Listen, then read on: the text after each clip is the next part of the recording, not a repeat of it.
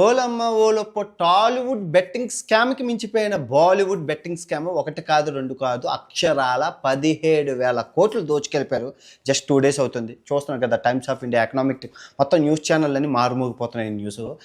నిజంగా ఇదొక్క ఇన్సిడెంట్తో భారతదేశం అవినీతి దేశం అని చెప్పి మళ్ళీ మరోసారి ప్రూవ్ చేశారు. ఒకటి కాదు రెండు కాదు, 17,000 రూపాయలు కాదు, 17,000 కోట్లు అమ్మ జీవితం. నిజంగా జస్ట్ 2 daysలో తీసుకెళ్ళిపోయారనమాట. సో ఈ స్కామ్ని మీరు చూసే ముందు ఒక లైక్ కొట్టండి. వచ్చిన డబ్బులు పేదవాళ్ళకి, బెట్టింగ్స్ బాధితులకి అందుతాయి. ఓకే, లక్ష లైక్లు అయితే టార్గెట్ కావాలి. ఇప్పుడు బెట్టింగ్ మాఫియాలోకి వెళ్తే, ఈ బెట్టింగ్ మాఫియా జరిగింది ఫెయిర్ ప్లే అనే కంపెనీ. మొత్తం మన హైదరాబాద్ మెట్రోలో కానీ అన్ని ఎక్కడ చూసినా మీకు చాలా విచ్చలవిడిగా కనబడుతుంది ఫెయిర్ ప్లే. సో దీనికి బ్రాండ్ అంబాసిడర్లుగా మన తమన్నా గారు, సంజయ్ దత్ గారు, తర్వాత శ్రద్ధా కపూరు, ఆ తర్వాత రణబీర్ కపూర్, తర్వాత మేరీ కాము, సైనా నెహ్వాల్, ఇంకా చెప్పుకుంటూ పోతే చాంతారంత లిస్ట్, ఒక 100 మంది పెద్ద పెద్ద బడా బాబులు, దీనికి సెలబ్రిటీలు. ఇది ఎక్కడ పుట్టింది అంటే కొరసోవాలోని illegal betting app. GST number లేదు, ట్యాక్స్ ఉండదు, ఏముండదు. కానీ వీళ్ళందరూ ఎలా ప్రమోట్ చేశారు అన్నది పోలీసులు పిలిచి కేసులు వేయాలి. నిజంగానే పోనీ 100 కోట్లు తీసుకెళ్ళిపోయారంటే వదిలే అనుకోవడం, 1000 కోట్లు అంటే పోనీలే అనుకోవడం, 17,000 కోట్లు రా నాయన దేశాన్ని. ఇది ఒక్క కంపెనీ తీసుకెళ్ళింది. కానీ దీని అమ్మ మొగుళ్ళు ఉన్న మిగతా కంపెనీలు 1x, పారీ బెట్టింగ్ మ్యాచ్, ఇంకా రెడ్డి అన్న, గోవింద, ఇంకా చెప్పుకుంటూ పోతే ఒక 100 మంది. మన చైనాకి ఎదుగుదలలో కొన్ని యాప్లు ఉన్నాయి, కానీ మన ఎదుగుదలలో చాలా బెట్టింగ్ యాప్లు ఉన్నాయండి. నిజంగానే చెప్పుకుంటూ పోతే లోటస్, అబ్బో చామంతాడంత లిస్ట్ ఉంది. GST నెంబర్ లేదు, ట్యాక్స్ ఉండదు, ఏముండదు. ఆడు దొబ్బెట్టుకో చచ్చిపో, సింపుల్ లాజిక్ వెళ్తేది. సో ఫస్ట్ మీరు చూసుకుంటే దీనికి, ఈ బెట్టింగ్ మాఫియాకి, మహాదేవ్ బెట్టింగ్కి స్కామ్ జరిగింది. మహాదేవ్ గురించి చెప్తాను, అది ఇంకా పెద్ద స్కామ్. 10,000 కోట్లు తీసుకెళ్ళిపోయారు. సో ఇప్పుడు ఏం జరిగింది అంటే, IPL జరుగుతుంది కదా. సో IPL అప్పుడు ఈ ఫెయిర్ ప్లే అనే కంపెనీ ఏం చేసిందంటే, మేము న్యూస్ ఉంటుంది, ఇంగ్లీష్లో ఉన్నది, తెలుగులో ఉన్నది, చూసుకోవచ్చు ఆన్లైన్లోని. నేను బ్రీఫ్గా చెప్తాను అసలు ఏం జరిగింది అన్నది. సో IPL జరుగుతుంది కదా, వీళ్ళు ఏం చేశారంటే వీడి వెబ్సైట్ ఏదైతే ఉందో ఈ ఫెయిర్ ప్లేలోని అది డైరెక్ట్ స్ట్రీమ్ చేసేసి బెట్టింగ్ ఆడిపించేశారు. సో అందరూ ఇదే ఒరిజినల్ అనుకొని చెప్పి బెట్టింగ్లు వేసేసి మొత్తం సర్వమంగళం అయిపోయింది. ఈ జస్ట్ స్పాన్ ఆఫ్ 10 daysలోనే డబ్బులు సంపాదించి ఇంకా పోలీసులు పట్టుకుంటారని చెప్పి ఏం చేశారంటే, మనం కూడా ఇక తెలుగు రాష్ట్రాల్లో బెట్టింగ్కి చాలా స్ట్రిక్ట్ పెట్టాము, బ్యానర్లు చేస్తున్నారు. ఇంకా హిందీ వరకు వెళ్ళలేదు. హిందీకి వెళ్తే ఏమో మన పరిస్థితి వస్తుంది. ఈ గ్యాప్లోనే మనం తట్టబొట్ట సర్దుకొని దుబాయ్ పారిపోవాలని చెప్పి ఏం చేశారంటే, ఈ 17,000 కోట్లని 4 కంపెనీల ద్వారా మనీ లాండరింగ్ చేశారు. ఈ ఫెయిర్ ప్లే అనే కంపెనీ 17,000 కోట్లు అంటే 13,000 కోట్లు 4 కంపెనీల ద్వారా చేశారు. మిగతా రిమైనింగ్ 4,000 కోట్లను ఆన్లైన్ ద్వారా పంపించారనమాట, రెమిటెన్స్ వేసి చూపించడానికి. సో అందులోని 4 కంపెనీల్లోని ఒక ఇండియన్ కంపెనీ స్టాక్ మార్కెట్లో కూడా లిస్ట్ అయ్యి ఉంది. సో ఇది జరుగుతుంటే మన వాళ్ళు మన గవర్నమెంట్ ఈడీ ఏదైతే ఉందో చోద్యం చూస్తున్నట్లు డబ్బులు వెళ్ళిపోయాక ఇంకా ఉంటాయి కదా, చేతులు తిన్నాక ఆ చేతికి అంటుకున్న ఎంగిలి మెతుకులు, ఆ ఎంగిలి మెతుకులు ఏవైతే ఉన్నాయో 300 కోట్లు సీజ్ చేసింది. డబ్బులు దొబ్బుకెళ్ళిపోయాక 300 కోట్లు సీజ్ చేసి ఏం లాభం చెప్పండి? చేతులు కాలేక ఆకులు పట్టుకుంటే ఏం లాభం? ఇప్పుడు ఇన్ని బెట్టింగ్ యాప్లు ఉన్నాయి. అదే ఈ బెట్టింగ్ యాప్లు ప్రమోట్ చేస్తున్న వాళ్ళని పిలిచి 2 దొబ్బులు ఎడితే ఇవి జరగవు కదా. 55 రోజులు అయింది బెట్టింగ్ యాప్ల మీద అవగాహన వస్తుంది. ఇంటర్నేషనల్ ఇష్యూ స్టేట్ వరకు వెళ్ళింది. ప్రతి స్టేట్లో ఇదే పద్ధతి. పిలిచి నా కొడుకులకి వేస్తే కేసులు అయితే ఆ 17,000 కోట్లు మన భారతదేశంలోనే ఉంది కదా. ఇక్కడ ప్రాబ్లం ఏమొస్తుందంటే, భారతదేశంలో ఈ వ్యవస్థ తక్కువ ఉంది, దొంగలు ఎక్కువ ఉన్నారు, వ్యవస్థ తక్కువ ఉంది. సో ఆ దొంగలను పట్టుకోవడానికి కొంచెం లేట్ అవుతుంది. ఈ లేట్లోనే వాళ్ళు తట్టబొట్ట సర్దుకొని వెళ్ళిపోతున్నారు. రేపులు చేస్తున్నారు, తప్పించుకొని వెళ్ళిపోతున్నారు. మర్డర్లు చేస్తున్నారు, తప్పించుకొని వెళ్ళిపోతున్నారు. బెట్టింగ్ యాప్ స్కామ్లు చేస్తున్నారు, తప్పించుకొని వెళ్ళిపోతున్నారు. చిట్టీలు, బోగస్ స్కామ్లు చెప్పుకుంటూ పోతే బోల్డ్ ఈజీ అనమాట. ఏదైనా భారతదేశం వ్యవస్థ కొంచెం నెమ్మదిగా ఉంటుంది, చాలా చాలా స్లో, ఫ్రీడమ్ ఎక్కువ, స్వేచ్ఛ ఎక్కువ. సో ఇది జరిగింది. సో ఇప్పుడు మీకు అర్థమైంది కదా ఈ బెట్. సో ఇప్పుడు వీళ్ళు ఏం చేశారంటే, మహాదేవ్ బెట్టింగ్ యాప్ కంపెనీతోనైతే వీళ్ళు టై అయ్యారు. ఇప్పుడు మహాదేవ్ గురించి చెప్దాం. ఈ మహాదేవ్ బిఫోర్ లాస్ట్ ఇయర్ పెద్ద స్కామ్ జరిగింది భారతదేశంలో. ఇద్దరు బీహార్లో చెప్పులు కుట్టుకునేవాళ్ళు ఉండేవాడు. జ్యూస్ షాప్ ముందు చెప్పులు కుట్టుకునేవాడు ఉండేవాడు. సో వీళ్ళిద్దరూ రోజు బెట్టింగ్ అలవాటు అయిపోయింది, ఆడుకుంటూ ఉండేవాడు, అయిపోయింది. సో డబ్బులు పోతున్నాయి. వీళ్ళిద్దరూ ఏమనుకున్నారంటే, అరే అయ్యా పిచ్చి యాప్లు ఎందుకు, మనమే తయారు చేసుకుని మనం ఆడేసుకుందాం, మన డబ్బులు మనకే ఉంటాయి అన్నారు. ఆటం అలవాటు అయిపోయింది, వ్యసనం అయిపోయింది. సో ఏం చేశారంటే, వీళ్ళ దగ్గర ఉన్న డబ్బులతో కొంచెం యాప్ని తయారు చేసి ఫ్రెండ్స్ సహాయంతో ఇలా ఆడుకున్నారు. ఇది అలా ఆడుకుంటూ వాట్సాప్ గ్రూప్లో వాళ్ళ ఫ్రెండ్స్కి పంపించారు.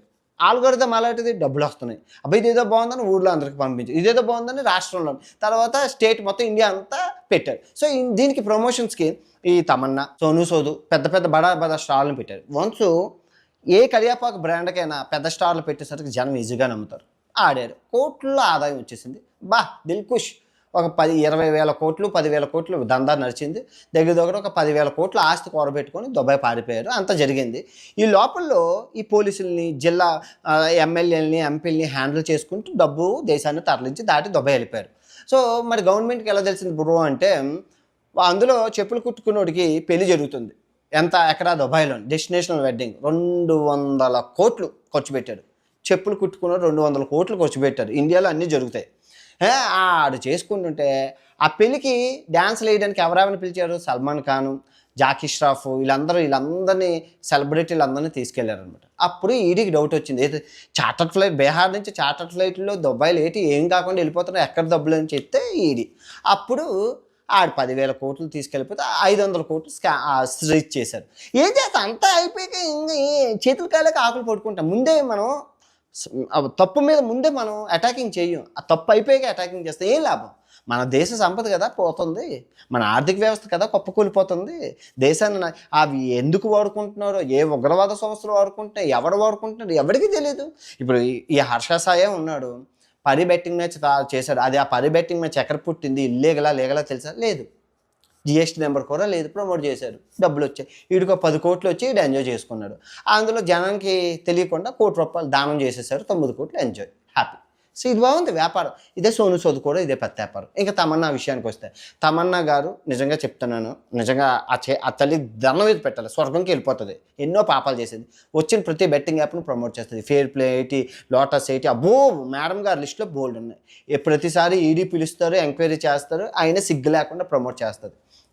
పోనీ చిన్న హీరోయిన్ అనుకోవడానికి పెద్ద టాప్ హీరోయిన్, బోల్డ్ డబ్బులు ఉంటాయి. పెద్ద బాహుబలి, గంగతోరాం, పెద్ద హీరోలతో చేసింది, కోట్లలో ఆదాయం. ఇంకా ఆయన కూడా బిజినెస్ మ్యాన్, కోట్లున్న ఇంకా ఇంకా ఇంకా ఇంకా ఇంకా ఈ బెట్టింగ్ యాప్లు చేసి జనాలు నాశనం. నిజంగా ఎంత పుణ్యం అంటే, నిజంగా కంపేర్ చేస్తే వ్యభిచారం చేసే హీరోయిన్లు ఉంటారు తిండికి తెక్కన లేక. వీళ్ళతో ఈ తమన్నా ఎలాంటి హీరోయిన్లతో కంపేర్ చేస్తే వాళ్ళు బెటర్ నన్ను అడిగితే. ఇంకా సంజయ్ దత్ కేసులు ఎన్ని ఉన్నాయో, దిక్కుమల్లి నా కొడుకు ఇంకా చేస్తూనే ఉన్నారు. ఇంకా ఈ రణబీర్ కపూర్, శ్రద్ధా కపూర్, అంటే వీళ్ళందరూ చిన్న వాళ్ళు ఏం కాదు, పెద్ద నన్ను అడిగితే వాళ్ళతో కంపేర్ చేస్తే యూట్యూబర్లో ఇంకా నయ్యం నన్ను అడిగితే. ఎందుకంటే అన్ని కోట్లు ఉండి వాళ్ళు చేస్తున్నారు, వీళ్ళు లక్షలు ఉండి వీళ్ళు చేస్తున్నారు. ఎండ్ ఆఫ్ ద డే కావాల్సింది డబ్బు అందరికీ. పేదవాడు ఎలా పోతే ఎవడు పోతే మాకు అనవసరం, మాకు కావాల్సింది డబ్బు. ఇప్పటి వరకు 5 బెట్టింగ్ బాధిత కుటుంబాలతో మాట్లాడాను. 5 ఫ్యామిలీలోని మగవాళ్ళే చచ్చిపోయారనమాట ఊరేసేసుకొని. ఎంత ఏడుస్తున్నారంటే, తల్లిదండ్రులు అనాథలు అయిపోయారు. ఆ వృద్ధాప్యంలో వాళ్ళకి అన్నం ఎవరు పెడతారు? కొడుకు పోయే, ఆస్తి పోయే, ఆధారము పోయే, దానికి బాధ్యత ఎవరు తీసుకుంటారు? ఇప్పుడు ఈ బెట్టింగ్లను ప్రమోట్ చేసిన హర్ష సాయ, ఈ భయ్యా సన్నీ యాదవ, ఈ ఇమ్రానా, ఈ సోకాల్, ఈ లోకల్ బాయ్ నానియా, ఈ ఇన్ఫ్లుయెన్సర్, ఈ బిగ్ బాస్ షోలో ఇన్ఫ్లుయెన్సర్, చెప్పండి చచ్చిపోయినోడు రాగలరా? వచ్చి నేను ఏ బెట్టింగ్ యాప్ ఆడానో వాడు చెప్తేనే కేసు అవుతుంది. వీళ్ళది ఎంత తెలివిగా అంటే, ప్రూఫ్ ఏంటి అని అడుగుతున్నారు. చచ్చిపోయినోడు వస్తారా? కానీ మళ్ళీ చెప్తున్నాను, కర్మ నుంచి మీరు ఇప్పుడు తప్పించుకోవచ్చు. వాడు చచ్చినోడు రాడు, కేసు పెట్టడు అని. కానీ మీ వల్ల పోయిన ప్రాణం, ఆ కర్మ మీకు ఏదో రూపంలో వస్తుంది. ఆ రోజు మీరు ఫేస్ చేస్తారు. ఎంత పాపం. ఆ ఫ్యామిలీతో మాట్లాడుతుంటే ఒక్కొక్కటి ఇన్స్టాగ్రామ్లో పెట్టాను, యూట్యూబ్లో పెట్టాను, ఒక్కసారి వినండి. యూట్యూబ్ షార్ట్స్లో పెట్టాను, ఇన్స్టాగ్రామ్ షార్ట్స్లో పెట్టాను, ఒకసారి వినండి. వాళ్ళ ఆవేదన వినండి. ఏం చెప్తాం వాళ్ళకి? నేను ఎంత ఇవ్వగలను? మహా అయితే 2 లక్షలు అంతే. ఆ 2 లక్షలు మహా అయితే సంవత్సరం నుంచి 2 సంవత్సరాలు బతకగలరు. ఆ తర్వాత ఎవరు రెస్పాన్సిబిలిటీ చెప్పండి? పాపం కదా నిజంగానే. బాధ్యత ఎవరు తీసుకుంటారండి? వాళ్ళకి కేసులు పెట్టడం రాదు, కోర్టుల చుట్టూ తిరగడం రాదు, డబ్బులు ఎలా రికవరీ చేసుకోవడమో తెలియదు. కూరని తినడానికే తిండి లేదు, కోర్టులు కేసు ఏమేస్తారు? ఎవరి మీద వేస్తారు? నిజంగా అన్యాయం అండి ఇది ఆగాలి. ఏమీ కాకుండా 17,000 కోట్లు దేశం దాటి వెళ్ళిపోయింది. ఎవరి రెస్పాన్సిబిలిటీ? 17,000 కోట్లు. ఈ fair play metro betting app మీద ఉంటుంది. మెట్రో ఏదైతే ఉందో మన హైదరాబాద్ తెలంగాణ మెట్రోలోని ఇదే ఫేర్ ప్లే ఉంటుంది, ఇదే కంపెనీ. చూడండి స్కామ్. ఇప్పుడు అది కొన్ని లీగల్ అంటే ఇల్లీగల్ అని ఉంది కదా. దేశంలో ఇల్లీగల్ అని మెన్షన్ చేసినప్పుడు వీళ్ళు ఎలా ప్రమోట్ చేస్తారు? తెలుగు ఇప్పుడు ఈ ప్రోడక్ట్ ఇల్లీగల్ అన్నప్పుడు వీళ్ళు ఎలా ప్రమోట్ చేస్తారు పబ్లిక్గా? మెట్రోలోని సెలబ్రిటీలు చదువు లేదు, అజ్ఞానులు, పోలీసులు పట్టించుకోరు. మీరు చెప్పండి, 17,000 కోట్లు ఈ 2 రోజుల్లో దేశం దాటి వెళ్ళిపోయింది కదా. 400 ఫేక్ అకౌంట్లు వాడారు. ఏముంది ఇప్పుడు మా నాన్నకు వచ్చి ఏమంటే మీ అకౌంట్ ఇస్తే మీకు 10,000 ఇస్తామంటే మా నాన్న ఇచ్చేస్తాడు. మా నాన్నకి డబ్బులు కావాలి, తినడానికి తిండి లేదు, ఏముంది ఇచ్చేస్తాం. ఆ తర్వాత ఎవరైనా మాకేం తెలియదు, అది ఎవడో వచ్చారు తీసుకు. మరి చదువు లేని వాళ్ళు కదా, చదువు లేని వాళ్ళ దగ్గర ఈ ఎస్బీఐ అకౌంట్లు, యాక్సిస్ మొత్తం బ్యాంక్ అకౌంట్లో కొనేసి ఆ డబ్బు త్రూ వీళ్ళు పంపిస్తారు. ఈ బెట్టింగ్కి వచ్చింది ఏది అకౌంట్ మీరు చెక్ చేస్తే ఏ అకౌంట్ మా అబ్బాయికి పుట్టినవి కాదు, అలా చేసి పంపించారు. మీరు చెప్పండి, 17,000 కోట్లు వెనకల్లో గవర్నమెంట్ హస్తం ఉందా లేదా? ఉంటుందండి. లేకుండా చిన్నప్పుడు 17,000 రూపాయలు అయితే అనుకోవడానికి. నేను అమెరికాకి ఏదో అంటార్టికా డబ్బులు 10 లక్షలు పంపిస్తే ఎంత తతంగం అయింది. ఇండియా నుంచి అమెరికాకు పంపించడానికి ట్యాక్స్ 1,20,000, టీడీఎస్, జిఎస్టీ బొక్క భోషణ ఉంటుంది. అలా 17,000 కోట్లకి ఇల్లీగల్గా హవాలా ద్వారా చేశారు. ఏ గవర్నమెంట్ అధికారి సమానం లేక అవినీతి దేశం అండి భారతదేశం. ఓకే, రేపు మరో బెట్టింగ్ మాఫియాతో కలుసుకుందాం. ఈ వీడియో ఎంతతో సమాప్తం. అండ్ జై హింద్.